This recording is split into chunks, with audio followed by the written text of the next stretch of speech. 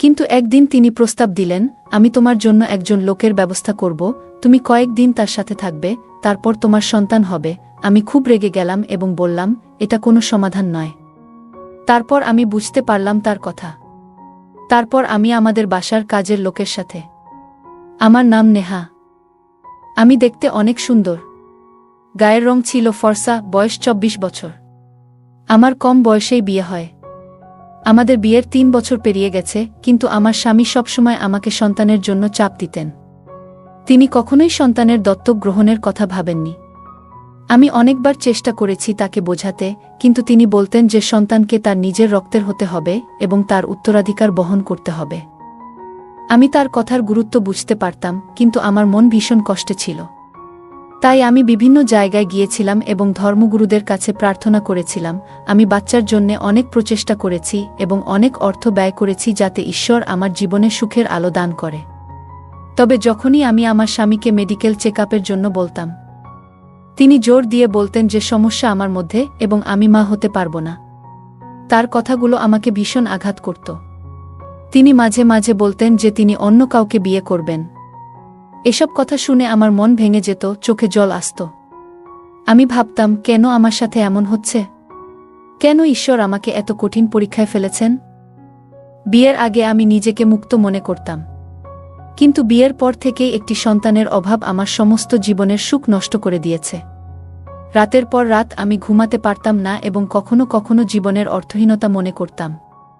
এমনকি আমার মনে আত্মহত্যার চিন্তা আসত, কিন্তু শেষমেশ আমি নিজেকে সেই অন্ধকার ভাবনা থেকে ফিরিয়ে আনতাম। তবে আজকের দিনটি অন্য রকম ছিল। আমি আমার মায়ের কাছে গিয়েছিলাম, যেখানে আমার 3 বোনও ছিল। আমার খালা এবং পরিবারের অন্য সদস্যরাও সেখানে উপস্থিত ছিলেন এবং সবাই আমার জীবনযাত্রার প্রশংসা করছিল। হঠাৎ আমার ছোট বোন মজা করে বলল, নেহার জীবন এবং টাকা পয়সার কোনো মূল্য নেই যদি সন্তানের অভাব থাকে। তার কথায় আমি চুপ করে গেলাম। ঠিক তখনই তার মেয়ে আমার কোলে এসে বসে। আমি ওকে আদর করতে গেলাম, আর আমার বোন হঠাৎ করে তার মেয়েকে তুলে নিয়ে বলল, দয়া করে বোন, আমার সন্তানদের থেকে দূরে থাকো। তার আচরণ দেখে আমি হতবাক হয়ে গেলাম। আমার মা তখন তাকে ধমক দিয়ে বললেন, তোমার বড় বোনের সাথে সম্মান সহকারে কথা বলো। সেই মুহূর্তে আমি ঘর ছেড়ে চলে গেলাম। আমার খালা ও বোনেরা দরজায় এসে দাঁড়িয়েছিল, কিন্তু আমি আর থামতে চাইনি। বাইরে গিয়ে ঘণ্টার পর ঘণ্টা কাঁদলাম। আমার মনে হচ্ছিল আমার হৃদয় বুঝি এখনই থেমে যাবে। আমি এতটাই অস্থির ছিলাম যে কোনো কিছুতেই মন বসছিল না। আমি কেবল ঈশ্বরের কাছে প্রার্থনা করছিলাম যে আমাকে একটি সন্তান দাও। হঠাৎ আমার স্বামী ঘরে এসে আমাকে মেঝেতে বসে কাঁদতে দেখে কাছে এসে আমাকে জড়িয়ে ধরল। তার আলিঙ্গনে আমি স্বস্তি পেলাম এবং আরও জোরে কাঁদতে লাগলাম। তিনি আমাকে শান্ত করার চেষ্টা করলেন, কিন্তু আমার আবেগ তখন বাঁধভাঙা জলের মতো প্রবাহিত হচ্ছিল। আমার মনের কষ্ট কোনোভাবেই কমতেছিল না। আমি আমার স্বামীকে চোখের জল মুছতে মুছতে বললাম, আমার কোনো উত্তর নেই, কিন্তু আমাদের উচিত ডাক্তারের কাছে গিয়ে সবকিছু পরিষ্কার করা। আমি একটি সন্তান চাই, যে কোনো মূল্যে, এবং আমরা এ সমস্যার সমাধান করব। আমার স্বামী আমার কথায় সান্ত্বনা দিতে চেষ্টা করলেন। আমি বুঝতে পারছিলাম না তিনি কি ভাবছিলেন। কিন্তু কিছুক্ষণ পর তিনি উঠে দাঁড়ালেন এবং বললেন, চলো হাসপাতালে যাই। আমরা হাসপাতালে পৌঁছানোর পর ডাক্তারের কাছে বসলাম। আমার মনে তখন একটাই প্রার্থনা, যেন ডাক্তার আমাদের জন্য কোনো সুখবর আনেন। কিছুক্ষণ অপেক্ষার পর ডাক্তার আমাদের কিছু পরীক্ষার পর বাইরে যেতে বললেন। আমি এবং আমার স্বামী ওয়েটিং রুমে বসে থাকলাম। আমার স্বামী আমার দিকে তাকিয়ে বললেন, নেহা, এত চিন্তা করো না। আমি আবার কান্নায় ভেঙে পড়লাম, বললাম, আজ যদি কিছু ভালো না হয়, আমি জানি না কি করব। আমার স্বামী আমাকে শান্ত করার চেষ্টা করছিলেন। তার চোখে ভয়ের ছায়া ছিল, হয়তো তিনি আমাকে হারানোর ভয় পাচ্ছিলেন। আমার মনেও একই কথা ঘুরছিল। কিন্তু আমি জানতাম আমাদের একসাথে এ পরিস্থিতির মোকাবিলা করতে হবে। তিনি এসে আমার সামনে বসলেন এবং আমার 2 হাত ধরে বললেন, আমি জানি তোমার কষ্টটা কতটা গভীর। আমি একজন পুরুষ, তাই তোমার অভিজ্ঞতাগুলো পুরোপুরি বুঝতে পারি না। তবে আমাদের এই পরিস্থিতি বুঝে শুনে মোকাবিলা করতে হবে। আমরা জানি না রিপোর্ট কি বলবে, কিন্তু আমরা একসঙ্গে এর মুখোমুখি হব এবং যাই আসুক না কেন, আমরা তা গ্রহণ করব। তার কথাগুলো শুনে আমি একটু অবাক হলাম, কারণ আগে তিনি এমন কখনো বলেননি। তার কথায় একটা নতুন অনুভূতি ছিল যা আমাকে ভাবতে বাধ্য করেছিল। আমার মনে প্রশ্ন উকি দিচ্ছিল এবং আমার মন আমাকে কিছুটা শঙ্কিত করছিল। যদি আমার আশঙ্কা সত্যি হয় তাহলে আমি তাকে সহজে ক্ষমা করব না। কারণ গত 3 বছর ধরে আমি যে যন্ত্রণা সহ্য করেছি তার জন্য তাকে জবাবদিহি করতে হবে। কিছুক্ষণ পর আমাদের রিপোর্ট আমাদের হাতে এলো। ডাক্তারের সামনে বসে আমরা চুপ ছিলাম। প্রথমে আমার রিপোর্ট দেখা হলো এবং ডাক্তার বললেন, আপনার কোনো সমস্যা নেই, আপনি পুরোপুরি সুস্থ। এরপর আমার স্বামীর রিপোর্ট দেখলেন এবং তার মুখের ভাব আমাকে জানিয়ে দিল যে কিছু একটা ঠিক নেই। যখন ডাক্তার কিছু না বলেই চুপচাপ ছিলেন, আমার স্বামী অস্থির হয়ে জিজ্ঞেস করলেন, ডাক্তার, আপনি চুপ কেন? ডাক্তার আমাদের দিকে তাকিয়ে বললেন, প্রায়শই মানুষ ভাবে যে সন্তান না হওয়ার সমস্যা শুধুই নারীর। এটা ঠিক নয়। নেহা পুরোপুরি সুস্থ, কিন্তু আপনার স্বামীর কিছু সমস্যা আছে যা তাকে বাবা হতে বাধা দিচ্ছে। এই কথা শুনে আমার স্বামী রেগে উঠে দাঁড়ালেন এবং চেয়ারে ধাক্কা দিয়ে বললেন, এইসব বাজে কথা বলা বন্ধ করুন। এরপর তিনি তৎক্ষণাৎ বেরিয়ে গেলেন। তিনি উত্তেজিত হয়ে বললেন, আমি এই হাসপাতাল বন্ধ করে দেব। আপনি একজন অদক্ষ ডাক্তার। তার কথাগুলো ছিল রাগে ভরা। আমার স্বামীর এমন আচরণ দেখে হাসপাতাল কর্তৃপক্ষ নিরাপত্তা কর্মীদের ডাকলেন এবং আমাদের দুজনকেই বের করে দিলেন। বাইরে এসে আমি দেখলাম আমার স্বামীর অবস্থা ভালো নয়। তাকে শান্ত রাখার চেষ্টা করেও সে বাড়িতে গিয়ে আমাকে বিছানা ছুঁড়ে ফেলল। তার অস্থিরতা দেখে আমি হতবাক হয়ে গেলাম। আমি জানতাম যদি তার শারীরিক কোনো সমস্যা হয় আমরা চিকিৎসা পেতে পারি। আমি তার পাশে বসলাম, তার গালে হাত রেখে বললাম, শ্রাবণ, আমি জানি তুমি কঠিন সময়ের মধ্যে দিয়ে যাচ্ছ। এটা সহজ নয়, কিন্তু আমরা একসাথে এর সমাধান করব। চিন্তা করো না, এটা আমাদের ব্যক্তিগত ব্যাপার। আমি তার কাঁধে হাত রেখে তাকে সান্ত্বনা দিলাম, চিকিৎসার মাধ্যমে আমরা সব ঠিক করে ফেলব। ঠিক তখনই সে আমাকে ধাক্কা দিয়ে বলল, তুমি আমার সমস্যার কথা ভেবে আমার উপর দয়া করো না। আমি চাই না আমার মধ্যে কোনো ত্রুটি থাকুক। রাগে সে বাড়ি থেকে বেরিয়ে গেল। আর আমি হতবাক হয়ে ভাবছিলাম, কি ঘটছে? আমার জীবনের সমস্যা কিছুটা কমলেও স্বামীর এমন আচরণ আমাকে কষ্ট দিল। তার প্রতি উদাসীনতা এবং অবিশ্বাস আমাকে বিষণ্ণ করছিল। আমি বিশ্বাস করতে পারছিলাম না যে আমরা এমন পরিস্থিতিতে আছি। আমি ভাবছিলাম, কেন আমার স্বামী আমার সঙ্গে এমন আচরণ করছে? আমি তার পাশে থাকতে চেয়েছিলাম, কিন্তু তার আচরণ আমাকে কষ্ট দিয়েছে। আমার মনে হলো, যদি আমার দিক থেকে কোনো সমস্যা হতো তাহলে হয়তো সে মেনে নিত, কারণ তার জন্য দ্বিতীয় বিয়ের সম্ভাবনা সবসময় ছিল। তবে তার সমস্যাগুলো সামনে এলে সে যেন সবকিছু ওলটপাল্ট করে ফেল। আমি জানি আমার পরীক্ষার ফলাফল খারাপ হলে সে আমাকে আরও কষ্ট দিত, কিন্তু এখন সে নিজে দোষ স্বীকার করতে পারছিল না।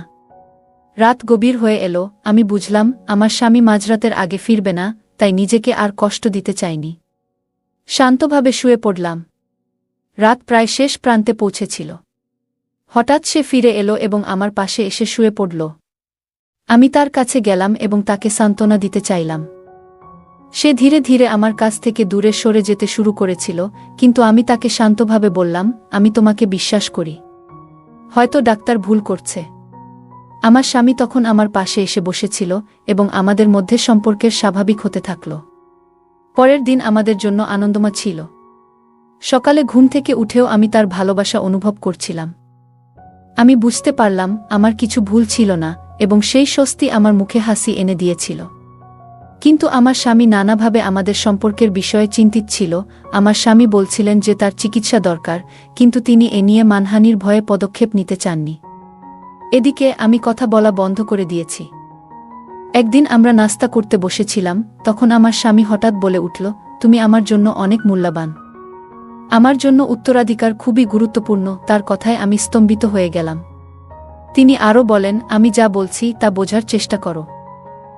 আমার মনে হলো তিনি হয়তো সন্তান নেওয়ার কথা ভাবছেন, কিন্তু আমি তার কথা পুরোপুরি বুঝতে পারছিলাম না। আমি তাকে জিজ্ঞেস করলাম, তুমি কি বলতে চাইছো? সে বলল, আমাদের জন্য একজন উত্তরাধিকারী দরকার, কিন্তু আমি চাই না বাইরে থেকে কোনো সন্তান আনতে। আমার পরিবারের লোকেরা বলবে এটা আমার উত্তরাধিকার নয়। আমার এত বিশাল সম্পত্তি অন্য মানুষ ভোগ করতে পারে না। তাই আমাদের নিজের সন্তান চাই। আমার স্বামী বুঝতে পারছিলেন না যে আমি কষ্টে আছি। তিনি প্রস্তাব দিলেন, আমি তোমার জন্য একজন লোকের ব্যবস্থা করব, তুমি কয়েক মাস তার সাথে থাকবে, তারপর তোমার সন্তান হবে। আমি খুব রেগে গেলাম এবং বললাম, এটা কোনো সমাধান নয়। আমি এটা করতে পারি না। তার কথায় আমি কষ্ট পেলাম এবং বাইরে চলে গেলাম, কারণ আমি ওরকম মেয়ে ছিলাম না। আমি ভেবেছিলাম কিভাবে সে এমন প্রস্তাব দিতে পারে। সারাটা দিন এভাবেই কাটিয়ে দিলাম তার কথাগুলো ভাবতে ভাবতে। অবশেষে তার কথা আমার কাছে কিছুটা যুক্তিসঙ্গত মনে হতে লাগল। হয়তো দত্তক নেওয়া ঠিক হবে না।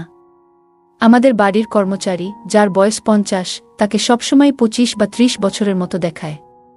এ নিয়ে আমার মনে অদ্ভুত চিন্তা আসতে থাকে। আমি এমন এক পরিস্থিতিতে পৌঁছেছিলাম যা অন্য কারো জন্য ভাবনারও বাইরে।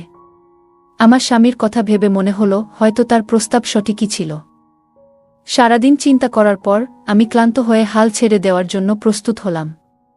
মনে হলো এই লোকটি আমার জন্য সঠিক হতে পারে এবং তার কাছ থেকে কোনো সামাজিক লজ্জার ভয় ছিল না। আর বাইরের কেউ জানবেও না। ঘরের কথা ঘরেই থাকবে। আমি সিদ্ধান্ত নিয়েছিলাম আজ আমার স্বামী বাড়ি ফিরে এলে এ বিষয়ে কথা বলবো। তবে তার আগে আমি আমাদের কাজের লোকের সঙ্গে কথা বলতে চেয়েছিলাম। তাই কিছু চিন্তা করে আমি রান্নাঘরে গেলাম, যাতে সে টের না পায়। আমি রান্নাঘরে ঢুকে হঠাৎ তার সামনে হাজির হলে সে খুবই অবাক হয়ে গেল। আমি মুচকি হেসে তার সামনে দাঁড়ালাম।